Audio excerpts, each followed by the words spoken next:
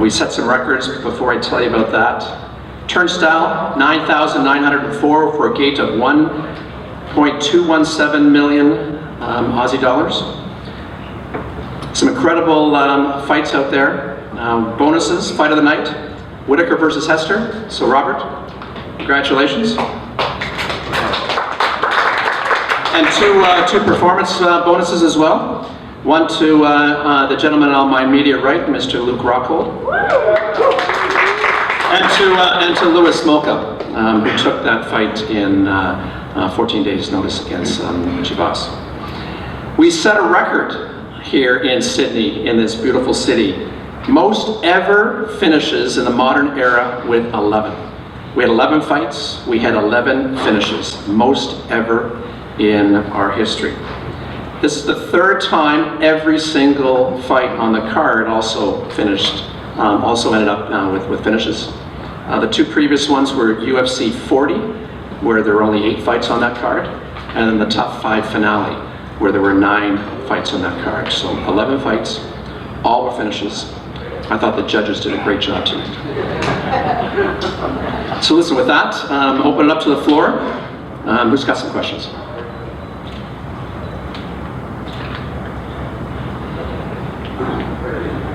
Question for Al and Rob. So first of all, Rob, how did you feel in middleweight? Obviously you had a massive win there against Clint Hester, but so you didn't have to cut much weight. So do you feel now at home at middleweight? You know, when I made the move up to middleweight, I was like, oh yeah, I can eat everything now. So I got pretty fat, and yeah, the cut wasn't as easy as I thought it would be.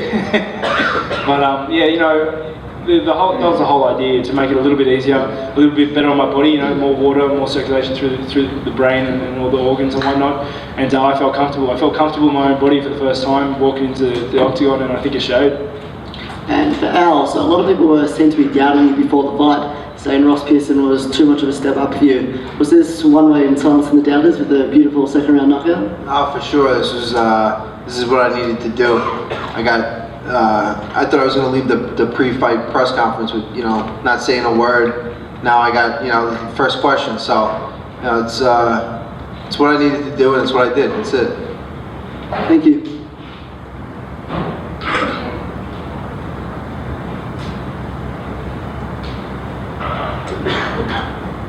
Adam from MMA Canvas. Luke, thought I'd just get you off your phone quickly. Just your thoughts on how the fight went. Did it go pretty much how you expected it would? You know, it did similar. I do my homework, and I know, you know, Michael's been in the business for a long time, and I've been watching him fight, so I knew how to approach it. I knew what he would bring, and I knew what I could do. I just wanted to take my time, not get over aggressive and like try to finish in the first round like I was talking about. You know, I knew it was a possibility, but I was just going to be patient and fight the fight I need to fight the way I need to fight. That's the way I've done the last 3 fights, and that's the way it's going to be. You know, just relax, find my timing, find his range. I mean, understand his range and find my timing. Okay, and just also again for you, Luke, will you look to wait for a title shot, or you would like to sort of have one more fight and solidify that #1 contender spot? I don't care. You know, I'll fight whoever. I'll fight again.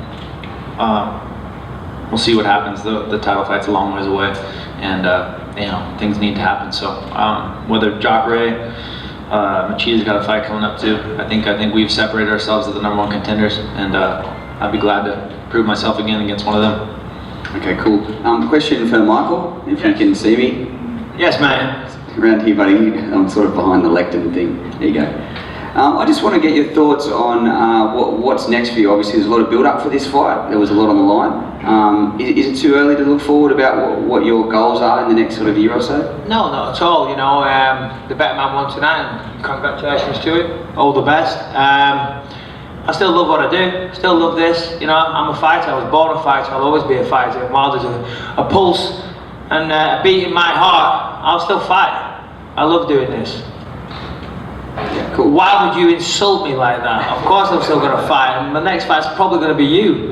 We talked about this yesterday with the shit that you talk. Mate, I'm going nowhere. Thanks, Mike.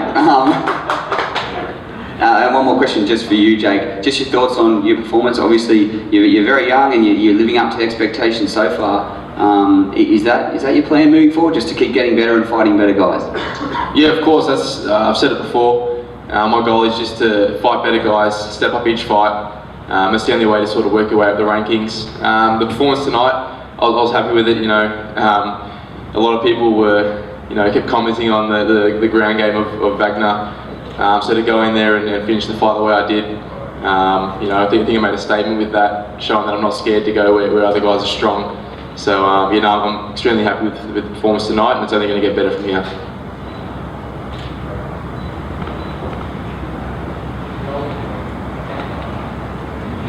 Hey guys, Dennis from Submission Radio. Rob, it's been previously documented that basically you moved up because you had some issues cutting weight before. You said that you had issues hearing.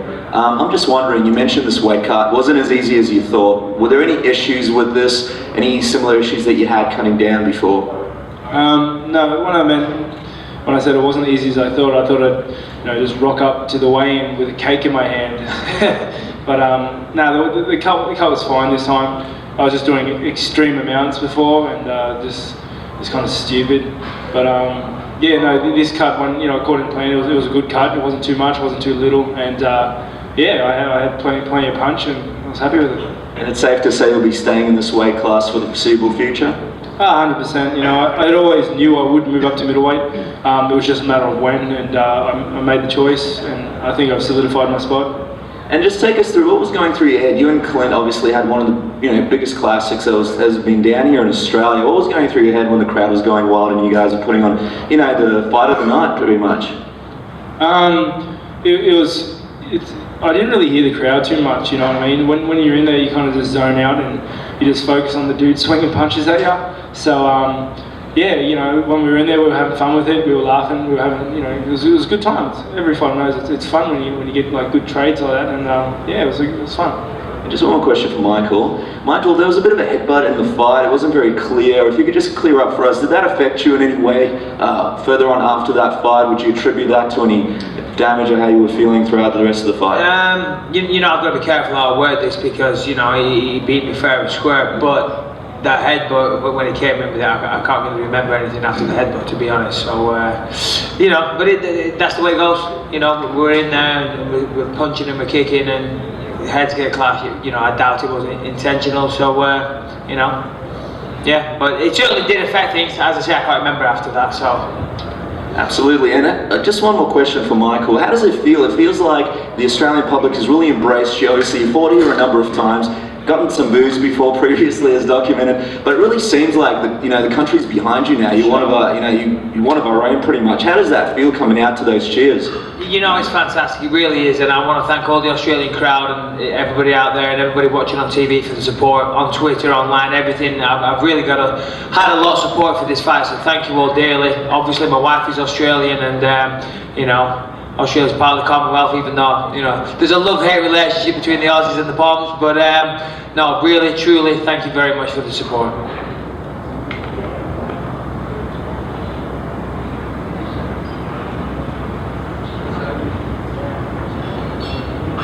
Jason Tulio from the Raw Sports. Just a question for Sawa. Sawa, heading into this fight, you came off a loss to Jared Rockhold in Auckland, which ended a winning streak for you. In your mind, do you think you played it a bit cautious in this fight, just to get that win? I changed a lot of things for the fight after the Jared fight. I went to Thailand, aka Thailand, where Mike's week. He's got awesome facilities over there and brought over a couple of Iranian heavyweights for this fight. The original opponent was Daniel, and obviously he pulled out with injury, and then brought Walt in, and I knew Walt was really dangerous, especially with his, especially coming back into the UFC, and he's got to be coming in to make a statement. So I've got to, and he's a dangerous striker. Anyone that's over 110 kilos can hit hard. So, the main thing is we got the win, and we head back to the drawing board with the AK team in Thailand, and we'll go from there.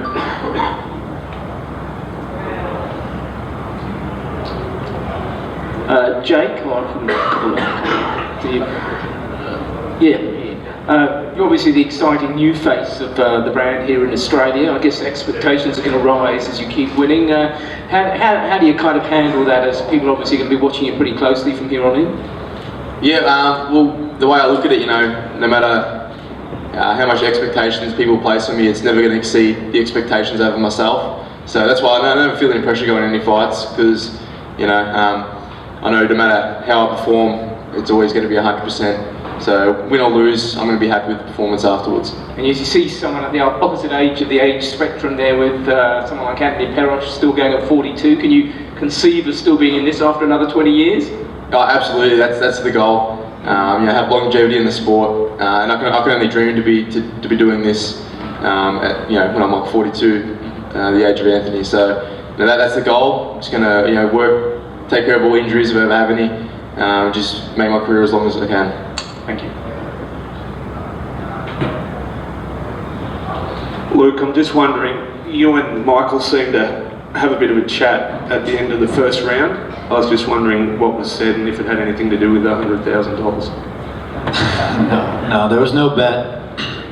It was just I got nothing but respect for the guy in the cage.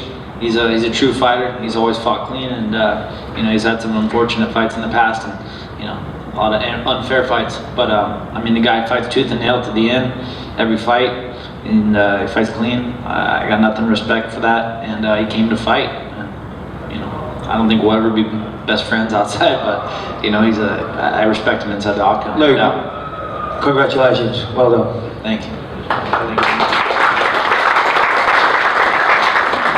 And can I also ask just your thoughts on the alleged headbutt, or questionable moment? I came forward for a right hook. He was the one. He was coming at me, and I went for a cross right hook and got to clinch, and our heads collided. It happens, I believe, in fighting. What can you do? And Jake, can I just ask your decision when the crowd started chanting? Someone said, "Let's go, Matthews." You're just behind your decision to put your hands above your head and give yourself a little clap? Yeah, just a little something for the crowd. I was comfortable in there, fighting in home. I was just having fun with it. So when you're having fun like that, you just feel relaxed. I can sort of hear the crowd. Normally when I'm focused, I don't hear the crowd, but today I can hear the crowd cheering, and it just got me going a bit, so I like to have a little bit of fun.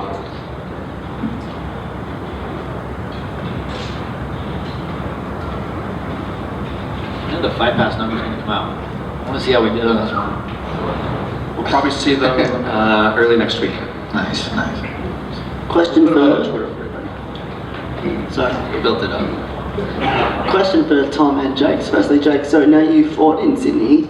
How important is it to you to fight, hopefully in Melbourne, when the cage ban gets overturned, and hopefully in a few weeks' time? That's probably the biggest dream that I have, is to be able to fight in front of a hometown crowd. Hopefully soon, with the election coming up, we're going to get the ban overturned, and to fight and possibly even main event in Melbourne. That'd be massive for me. So the quicker we can get that done, the better. And Tom, do you think we're really close to that? Do you think?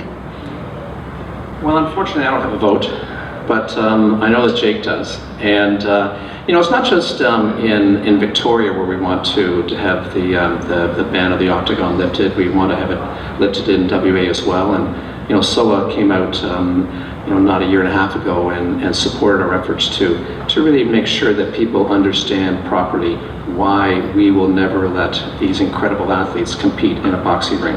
It's unsafe and it's unfair, and there's no empirical evidence whatsoever that would justify the current ban of the octagon in either Victoria or in WA.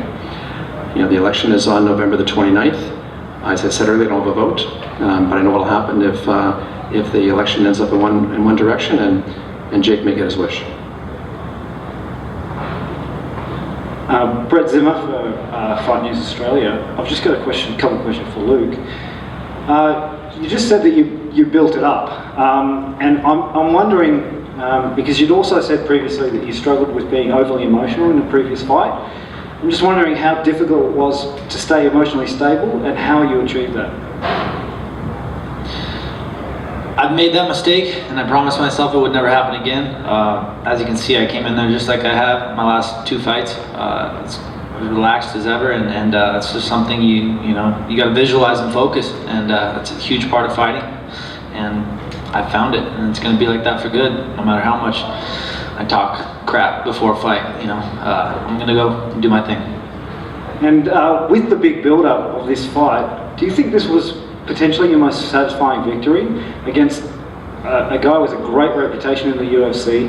You're coming into the top contenders list. Do you think it was the most satisfying victory that you've had? It's definitely up there. It's one of the most.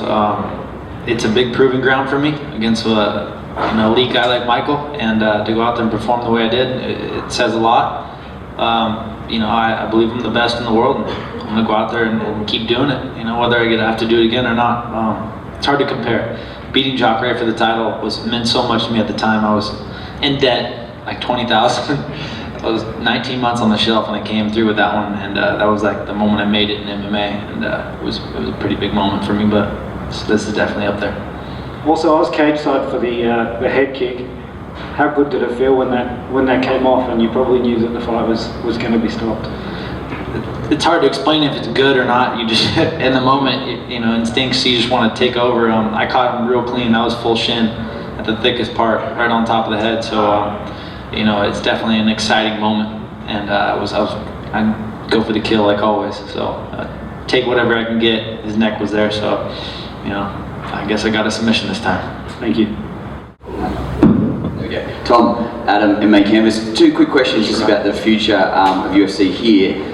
You mentioned to me a little while ago there'd be 3 events here next year. Is that set in stone, and if so, when is the next time you'll be here most likely?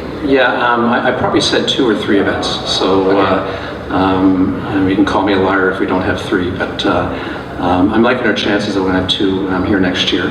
Probably one in either the spring or midsummer, and then actually want to rephrase that, probably in the fall or midwinter, and then one probably back in your late spring. So we haven't made the decisions yet. We're still working on our schedule. But if we're not here in February, we'll probably be here, as I said, maybe in July, August, and then we're looking at October, November. Okay, and secondly, will there be another season of Australia competing in Tough soon or next year? Not right now. We're in the middle of and pretty close to concluding our broadcast agreements with both Fox Sports Australia here and with Sky. And those are the 2 places, that's Sky and New Zealand. Those are the 2 places where it makes a lot of sense for us to look at maybe the next version of Tough Nations. But it probably won't happen in 2015, maybe 2016. You mean Australia versus New Zealand? Yes, that's one of the things we're talking about. Okay, thanks for that, Tom. And just one more question for Michael again. This matchup made a lot of sense before it was actually put together, and obviously it was a very good fight. I'm just interested to know what makes sense for you now. Is there someone specifically you think you would like to fight? I haven't actually thought about that. Obviously, coming into this fight, I expected to win. So after this, I was thinking about a title. We're man enough to step in there and fight our hearts out, and you got to be man enough to deal with the loss and analyze what's next. As I said before, I love doing this, and I still feel in my prime. And I took a loss tonight. I'll go home, see what the UFC want to do next. Whoever they want to match me with is more than fine with me. Obviously, I wanted the title next. That ain't going to be happening. So we'll see. Check it out. There's many good guys and many entertaining fights to put on for you people. Cool. Thanks, mate. Question for Al, Andrew from Yahoo's. Al, you're a fighter who came from a wrestling or a grappling base. You step up in competition against a fighter well known for being a stand-up fighter and stand with him. With some great footwork and great combination punching. In your post-fight speech, you mentioned you've been doing a lot of work on your stand-up with some world-class guys. Do you see yourself as a stand-up fighter now? We're going to see more of this from you to keep it to your feet? Or is it just mixing it up and keeping the competition gets you above it? I think I just haven't had to show my wrestling yet or my ground game. The fight starts on the feet, and so far everything's been going well. I've pretty much dominated everybody that I've been in the cage with on the feet, so it hasn't had a chance to go down to the ground. But you know, when it happens, I'll be ready. You know.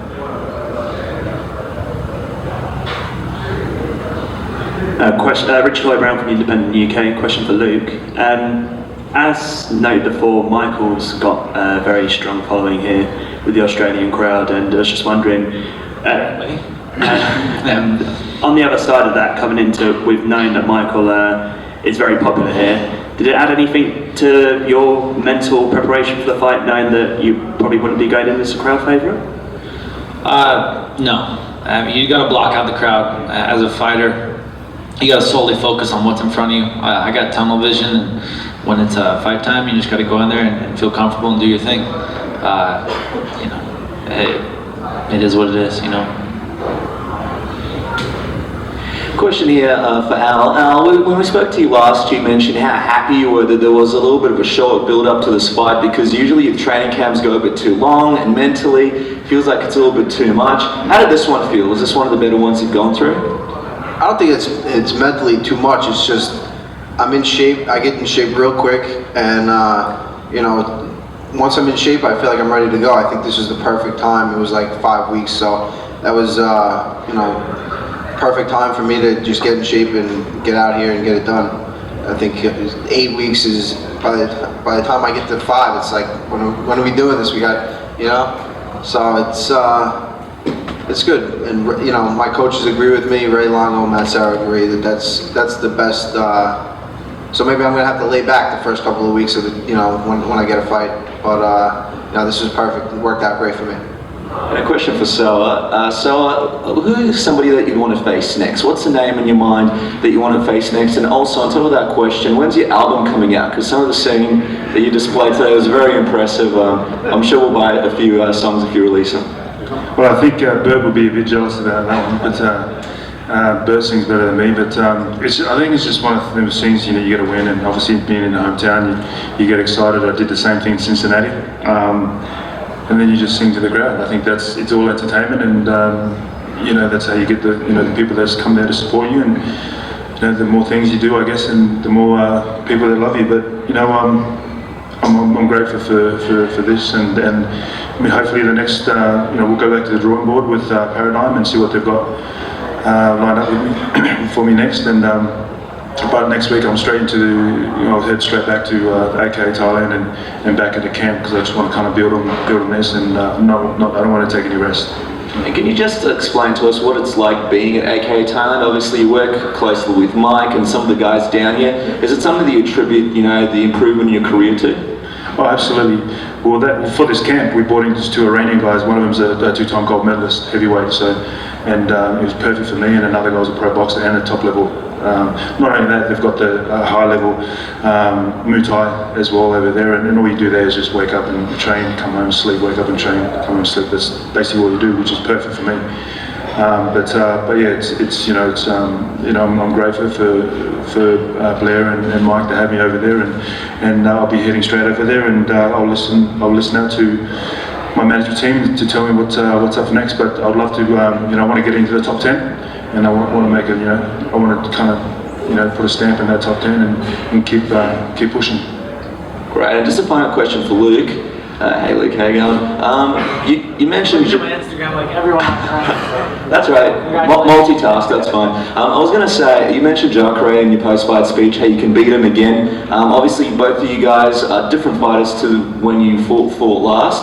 What is it about Zachrich that you think would be, you know, certain that you beat him if you guys had a rematch?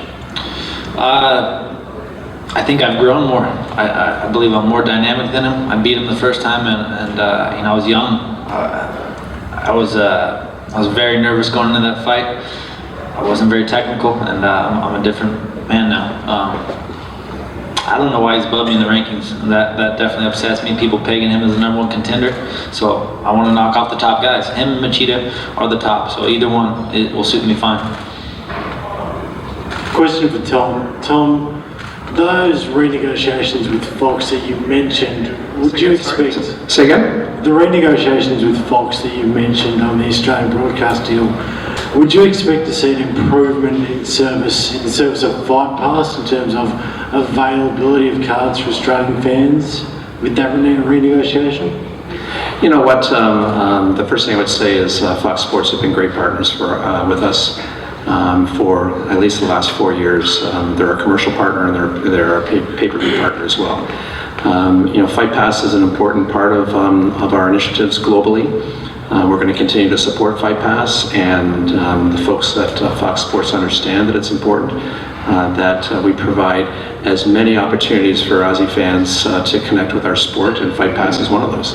You know, on our pay-per-views, our prelims that used to be on Facebook are now on Fight Pass around the world. It's an important initiative. It's one we're going to continue to focus on, and the folks at FSA have been supportive. Tom, thank you. Brett from Round 8, just the reasoning behind having this event during the day as opposed to nighttime locally? Well, you know, as I said earlier, I mean, this is a Fight Pass event, so the timing that it went off, the main card would have gone off in North America on Friday at 7 o'clock Pacific and 10 o'clock Eastern. We know that it's a great time to have a fight here in Australia. It's a beautiful day, and we're going to finish this press conference, and people are going to go out and have a beer and enjoy the rest of the day. And it tied in well to television in North America on a Friday night. So it you know, takes care of two things. Yeah, it does, but I thought the whole idea of Fight Pass was to grow the sport locally as well. Like this Saturday for us is a lot of people work, parents have their kids at sports, there's a major day on the racing calendar. Nighttime would have been far better for local. Like it seems like that this was much more important for the audience back in America, not so much locally. So if I can remember correctly, this is the first Fight Pass event that hasn't happened in the prime time locally, if I'm not mistaken. Even New Zealand happened at night time. So yeah, you know, Brett, I'm not sure about that. Yeah. You could be correct. Yeah. You know, we did our homework, and we felt very comfortable that the fans here would support a Saturday afternoon, and you know, ostensibly a Saturday morning, a Saturday afternoon. I mean, you saw the venue. It was 10,000 people here that thought it was pretty good, and I think the athletes performed incredibly well. I mean, was last time? It hasn't been the last time that we had 11 finishes out of 11 fights. So I think it worked out well. Brett here from MMA Fight News Australia. Rob, I've got a couple of questions for you, mate. We saw your progression through the smashes, and you had a great time on the show, obviously, and you improved a lot. But what do you think you've improved on the most since coming off the show? Probably just my headspace. You know, it took a lot of trial and error to figure out what works and what doesn't. Yeah, it's finding out what you're comfortable with, what you like doing, who you like being around, and just working that bit out. You know, finding yourself a bit. Now, it appeared that you had it all over Clint there. There was a few moments there, but you looked like you got your timing down really quickly. Were you able to gauge him really quickly and you know, gauge your distance off him fairly quickly? You know, I know he's a big powerful guy. You know, you don't want to get hit with his punches, but I had all faith in my own power and my own speed. I strike. It's what I like doing, and you know, to have the opportunity to go toe to toe is just awesome. I just make sure that I'm first in, first serve. You know what I mean? And in 2016, if we do get a Australia versus New Zealand Smashes series, who are you going to go for? That's a difficult question, but I'm Australian, so thanks. Thanks for that one. Listen, everyone, thank you very, very much to all our fighters up here, to everybody who supported us so well this entire week. Obviously, the fighters love coming to Australia. We love coming to Australia, and thanks so much for supporting us. Have a great day.